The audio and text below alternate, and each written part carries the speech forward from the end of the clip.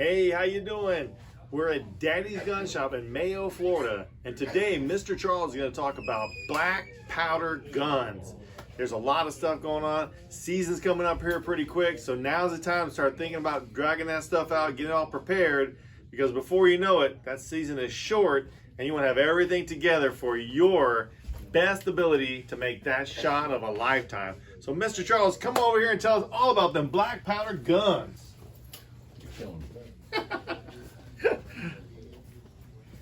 How you doing, folks? We're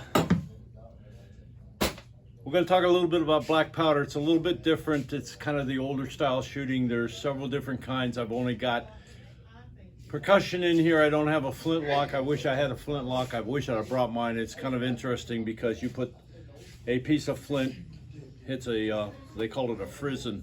You can look that one up, Frank. Frizzen. Frizzen and a flintlock. In a flintlock, yes. Frank anyway, talking about frizzen and flintlocks. Could be a long time, folks, because he was Coast Guard. But anyway, this is more reminiscent of what you see black powder looking like. You charge the gun from this end. It can, look, this isn't a fast repeater. It's not designed to be. It's a single shot rifle. Very old technology, works well. But you would put a predetermined amount of powder down the barrel. Then if you're shooting a round ball, you would use a certain patch. If you're shooting a maxi ball like this, you wouldn't. You would put it right over. You start it down the barrel and then you ram it all the way down. It's very critically important that it ends up back here. Because if there's a space between the two, you will blow it up. That is never good. So, that being said, pull it back here, put your cap on the back. Right here is what they call a nipple. I didn't make it up, that's what it's called. And you put the small explosive on that. When you pull the trigger, it starts the fire, It's much, much slower. And if you really want to see if you can hold a gun steady, shoot one of these for a while, because you'll wait for it to go off. It's a lot of fun. Let me show you a little bit more modern one.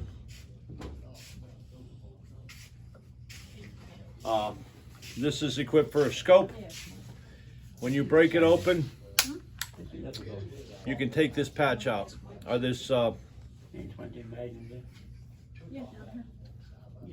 phase, I guess. That's what it actually is.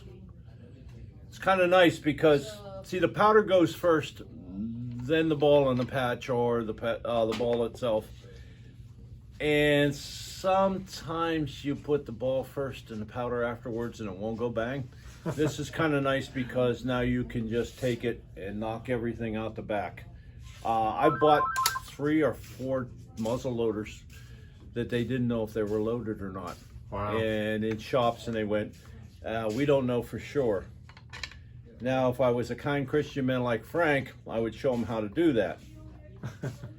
But I'm not. So basically, it's a pretty simple thing, and this probably helps a lot with maintenance and cleaning the gun. oh yeah, it's very, very easy. If you really want to know if it's loaded or not, watch the rod. See it bounce? Yep. Yeah, it's empty. You can also tell by measuring it that it's empty. This one, you could take the back off. That works with a muzzle loader because if there's a ball in there, it's made out of lead, it's going to go thunk. Cheap trick you learn, right? Anyways, this is the same gun, just a little more modern. Back here, instead of putting the percussion on the nipple, you put a 209 shotgun primer right there. That sets it off. What happened was a few years ago, they reclassified black powder, I believe, as an explosive. And that changed the whole world. Now, if you have black powder, they work very well, even with the small caps. And I'll go into the percussion part of it.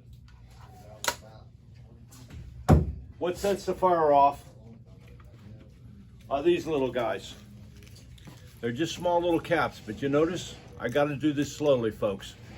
What's the number of that one, Frank? Number 10. There you go. And we'll go with? Number 11. This is made for revolvers. The 6-shot revolvers. The 11's made for the rifle. Wow, didn't know that. Plethora of information. Amazing. A new word I learned, plethora. Plethora. Anyway, what happens is a hammer hits this, it explodes, it drives the fire in there. Now, what a lot of people use, and I have, is you buy another nipple for this thing with a musket cap. You can see they're much bigger. If I open the cap, you'd see that it's quite a bit bigger. Because when they reclassified black powder, then this is what they came up with. It is a substitute. It is not black powder, it's a substitute. Gotcha. This is bulk form. You have to measure it. Use something like this. It's a little... Black powder is not measured by weight. It's I was just going to ask you, does it go by weight or does it go by volume? Volume only. You don't weigh this stuff out because it doesn't weigh what the volume is. Gotcha. And it can make things real exciting for you. Having too much or too little. Yeah. Black powder is tough to blow up, but just don't drive the ball all the way down and you can do it. I've seen it happen, and it wasn't me, but boy, he looked excited after it happened. But these go from 50 to, I think, it goes from 60 to 130 grains, which will cover 99% of your needs. You can also buy this in a propellant form, right? Does it make a difference if it's compact or loose powder? I have a friend of mine that does a ton of black powder shooting. I do quite a bit, but he does a lot more than I do. In his gun, this works better than these. Ah, so it kind of depends on the firearm. It's the firearm. Okay. What you have to look at, I don't know, can you see it from back there, Yeah, Frank? 50-50. Mm-hmm. It's 50 caliber, 50 grains. Two of these drop down the barrels, 100 grains, more than enough powder. Very simple. So we're going to check Frank out. It doesn't say it on there. Ain't that a kick? You mean the 50-50 right there? 50-50 right Yeah, they there. both say 50-50. It should say it somewhere in the front, like here, 50 caliber, 50 grain volume, inline muzzle loaders. So what are you going to put down the front of the barrel? Because you never put your primer, your fire starter in the back until you're ready to shoot. You wouldn't stick the explosive here and then the powder down the barrel. The last thing you ever do with any of these is put your cap on the back, because that will start the fire that will make your life interesting, especially if you're not expecting it. That's the last thing you put on is a cap. And like I say, there's outfits out there that we can order any. I could turn this into a musket if I wanted to, a musket cap. They're hotter, they're more sustained fire, because this stuff does not burn like black powder. So we have the powder in the barrel. We got to put something down the barrel. You can use something like this. This is pre-lubed, pre-made, 50 caliber. Nope, 54 caliber. I can tell you, Frank, I had a 54. I could throw a rock as far as this thing would shoot. Not as hard, but as far as it shoot. No, it was actually pretty heavy. 50 caliber, generally speaking, is the all-around better of the bunch.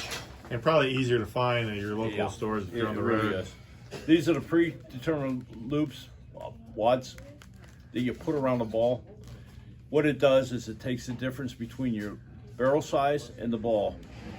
Now, if you're shooting one of the sabots, though, yeah, and I'm probably jumping ahead. Yeah, you probably don't need to worry about that, right? Yeah, the sabots here are these. If you look at the back, you'll see the red things, and then you'll see the bullets in here. The bullets go in this red thing, and they go down the barrel in one piece. And all these usually have instructions on the package, usually. Usually. But you kind of want to make sure you have a little bit of advance warning before you load it for the first time, and come out to Daddy's and use their range. And if you have questions, you can talk to the experts here at Daddy's. They'll tell you exactly how to load it and properly to get you started. Now, when you got all these extra things like this, I told you had to get the ball started down the barrel. Right on. That's called a short starter. That's Gotcha. what it's called. Hey, I don't know why. Probably because it's short and it starts the barrel. If you carry a bag, the bag is called a possibilities bag. Much love, dog. Much love. Anyway, it's a lot of fun. It actually is. It's fairly reasonable to shoot. It's a lot of fun. There's a lot of little things that you buy with it.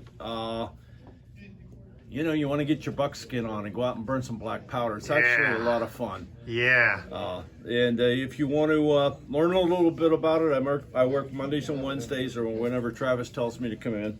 And he can tell you all about stories from Davy Crockett because he knew him personally. Oh, wow, that was harsh. Mike, would you just knock him off his feet while he's standing there? Anyway, I hope this answers some questions. If you have any more, give me a call or call us. Stay here at Daddy's. Huh? You forgot the shameless plug? I didn't. It's been showing the whole time. So 386-294-1532. Any questions? Any one of the amazing staff here can help you. And if they don't have the gun you're looking for, they can order it for you. There you go. All right, guys. Thank you. God bless you. And God bless America.